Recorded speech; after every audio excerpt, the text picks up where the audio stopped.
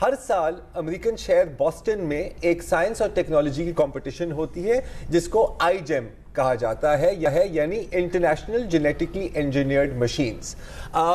पूरी दुनिया से स्टूडेंट्स की टीम्स आती हैं। पिछले साल तकरीबन 280 टीमें थी, इस साल 300 टीमें हैं। Harvard, Purdue, MIT, Cornell, university of Beijing, मतलब दुनिया की टॉप यूनिवर्सिटीज की स्टूडेंट्स वहां पर आते हैं। कंपटीशन का मकसद क्या है कि रियल लाइफ प्रॉब्लम्स को आप जेनेटिकल इंजीनियरिंग के जरिए से हल करें। प्रैक्टिकल होना होता है, बहुत ज़्यादा हवाई फायरिंग या ख्याली पुलाव यहाँ पर नहीं चलता।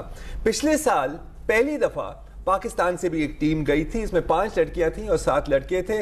वजीरिस्तान, कराची, अटक, लाहौर, हैदराबाद, हर जगह से ये बच्चे गैदर हुए एंड खैबर पख्तूनख्वा की directorate of science and technology के तावन से और सीकॉस यूनिवर्सिटी वहाँ की है, उनके तावन से ये गए टू द iGEM कॉम्पिटिशन। और हम बहुत खुशी हुई, हमने इसको रिपोर्ट भी किया था कि ब्रॉन्ज मेडल लेकर पाकिस्तान आए।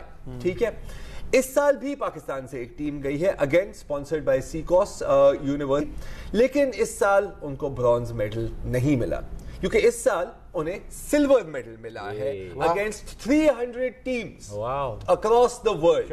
अच्छा, वो प्रोजेक्ट क्या था क्योंकि मैं समझा ही नहीं सकता, इतना काबिल हूं ही नहीं, तो एक जो प्रोजेक्ट मेंबर हैं उनकी ज़बानी ही सुनते हैं। पानी में इस तरह के कीमियाई मादे होते हैं जो मछलियों में एक्युमुलेट हो जाते हैं, वहाँ पे एब्जॉर्ब हो जाते हैं, फिर मछलियाँ भी उससे मरती हैं और जब इंसान वो मछली खाता है तो इंसान की बदन में भी वो एब्जॉर्ब हो जाती हैं और कुछ अर्से बाद कैंसर जैसे ख़तरनाक मुज़र सेहत जो है कैंसर जैसे ख़तरनाक बीमारियाँ कॉज करती हैं।